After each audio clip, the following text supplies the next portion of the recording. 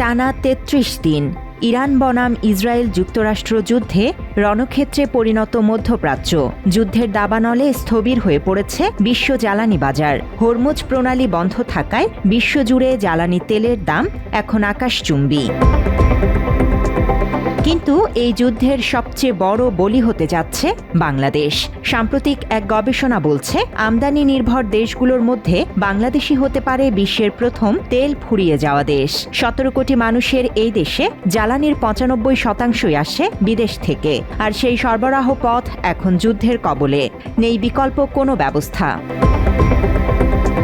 আশ্চর্যের বিষয় হল, প্রতিবেশী ভারত, পাকিস্তান কিংবা মালয়েশিয়ায় যুদ্ধের প্রভাব পড়লেও জীবনযাত্রা সেখানে স্বাভাবিক। এসব দেশে নেই তেলের তীব্র সংকট, বাড়েনি অস্বাভাবিক দামও, রয়েছে বিকল্প ব্যবস্থা।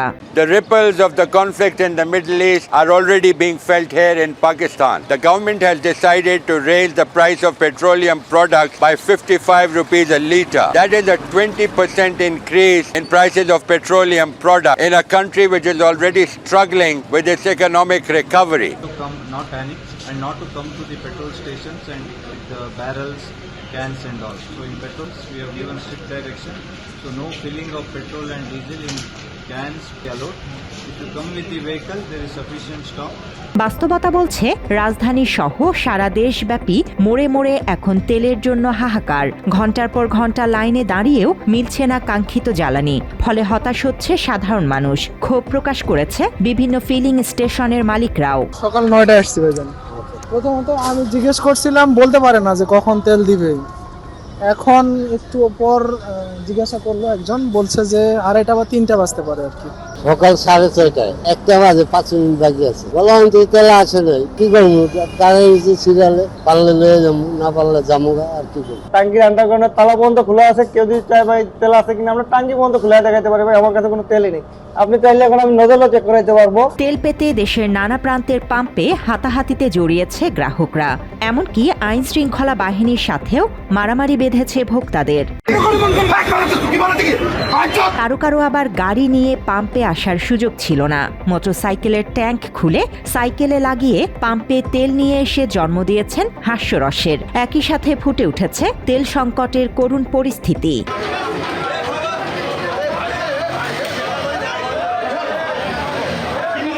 এসবের মাঝেই অভিযান চালিয়ে বিভিন্ন সময়ে ব্যবসায়ীদের থেকে জ্বালানি তেল উদ্ধার করেছে আইন শৃঙ্খলা বাহিনী। ফলে তেল সংকটের অন্যতম কারণ হয়ে সামনে এসেছে সিন্ডিকেট। একই সাথে আপনারা অবগত আছেন যে আমরা ইতিমধ্যে আমাদের উপজেলাতে যে পেট্রোল পাম্পগুলো আছে, এগুলোতে আমাদের এক্সিকিউটিভ ম্যাজিস্ট্রেটরা যথাযথ ব্যবস্থা নিচ্ছে।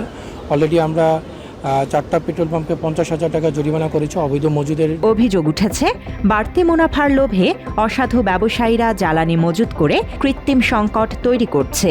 প্রশাসন নিয়মিত অভিযান চালালেও সাধারণ মানুষ এর সুফল পাচ্ছে না বললেই চলে। তবে সরেজমিনে তেলের বাজারে তীব্র সংকট দেখা দিলেও বিভিন্ন সময়ে বিদ্যুৎ ও জ্বালানি মন্ত্রী ইকবাল হাসান টুকু এবং প্রতিমন্ত্রী শামা ওবায়দের দাবি, দেশে জ্বালানির কোনো সংকট নেই। তেল নিয়ে উদ্বিগ্ন হওয়ার কোনো কারণ নাই। আমরা রেশনিংটা করেছে এই জন্যই যে একটা অনিশ্চয়তা আছে, এই যুদ্ধটা কতদিন চলবে, সেই জন্য আমরা একটা রেশনিং করেছিলাম। কিন্তু মানুষ এই রেশনিংটাকে ভয় পেয়ে স্টক করা শুরু করেছে। আসলে আমাদের তেলের কোনো অভাব নাই। জ্বালানির জন্য প্রথম কথা, জ্বালানির কোনো সংকট বর্তমানে বাংলাদেশে নেই। পরিস্থিতি সামাল দিতে ডিজেল বিক্রিতে নিয়ন্ত্রণ, বিদ্যুৎ সাশ্রয়, এমনকি বিশ্ববিদ্যালয় বন্ধ রাখার মতো কঠোর সিদ্ধান্ত এখন আলোচনার টেবিলে। বিপত্তি আরও গভীরে। দেশের একমাত্র শোধনাগার ইস্টার্ন রিফাইনারিতে মজুদ তেলের পরিমাণ আশঙ্কাজনকভাবে কম। সরকারি তথ্য অনুযায়ী হাতে থাকা অপরিশোধিত তেল দিয়ে বড়জোর আর 2 সপ্তাহ চলা সম্ভব। বিকল্প ব্যবস্থার অভাবে প্রশ্ন তুলছেন সাধারণ নাগরিকরা। ৯টা থেকে, সকাল 9টা থেকে আসছি না, এখনো তেল পাই নাই। তাহলে ধরেন আপনারা, আমরা তো ট্যাক্স দিই, তাই না? তাহলে আমরা সরকারের কাছে সুযোগ সুবিধা পাইতেছি না। আমরা তো আপনার ট্যাক্স দেই, গাড়ির দেই, ট্যাক্স টোকেন, মানে সবকিছু ট্যাক্স দিতেই আসছি আমরা তো, আমার কাছে কোনো সরকার তো কিছু পাইতেছে না। আমরা কিন্তু সরকারের কাছে কোনো সুযোগ সুবিধা পাইতেছি না। আমাদের চাওয়াটা, আমরা তো সরকারের ভ্যাট ট্যাক্স সবগুলোই দিই। সেক্ষেত্রে আমরা যে তেল পাচ্ছি না, এখন সরকারের কি উচিত নয় যে আমাদের চাহিদাটা পূরণ করা? ভাই সকাল 10টার সময় সিরিয়াল দিছি, তাহলে এখন পর্যন্ত পান নাই? না, এখন পর্যন্ত কোনো তেলের কোনো নেই, যে এখনো তেল আসেই নাই পাম্পে। তাই গভর্নমেন্টের কাছে চাওয়া তো আমাদের একটাই, যে আগের মতো স্বাভাবিক যাতে আমরা তেল নিতে পারি। আগে যেভাবে স্বাভাবিক তেল দিছে পাম্পেতে, এইভাবে স্বাভাবিকভাবে হয়ে যাক, এটাই গভর্নমেন্টের কাছে আমরা আশা করি। বিষয়টি নিয়ে সাবেক সেনা কর্মকর্তা কর্নেল হাসিনুর রহমান বলেন, বর্তমান জ্বালানি সংকট ও বৈশ্বিক পরিস্থিতিতে সবাইকে অতিরিক্ত জ্বালানি ব্যবহার থেকে বিরত থাকতে হবে। একই সাথে সাশ্রয়ী হতেও সবাইকে সচেতন করেন তিনি। প্রয়োজন ছাড়া বাইরে যাবে না, গাড়ি চালালে চার্জ বেশি করেন, প্রাইভেট কার প্রতিদিন 100 টাকা করে মিনিমাম, যাতে এটা উচিত। আর আপনারা বড় বাহনগুলি চালান, বড় বাসগুলি চালান, প্রয়োজন ছেড়ে বাইরে যাবে না, সাশ্রয়ী হইতে হবে। সরকারের ব্যর্থতা বলবো না, সরকার আসলে বুঝে, আমরা তো অভ্যস্ত হয় নাই, নতুন সরকার, এবং এই সচিবালয় যারা, তারা তো পুরানো লোকই, তারা তো চলমান প্রক্রিয়ার মধ্যে কত বাধাগ্রস্ত হয়েছে তখনও শুনি নাই। ট্যাঙ্ক রিজার্ভ নাই, বাট ওই প্রচার হওয়াতে সমস্যা হয়েছে, আমরা মজুদ করে ফেলছি অনেক, যার জন্য সমস্যা হয়েছে। আমার মনে হয় ইনশাল্লাহ ঠিক হয়ে যাবে, ইনশাল্লাহ ঠিক হয়ে যাবে।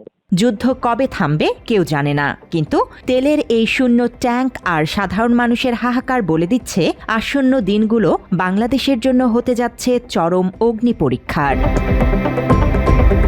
News desk, Bangla addition.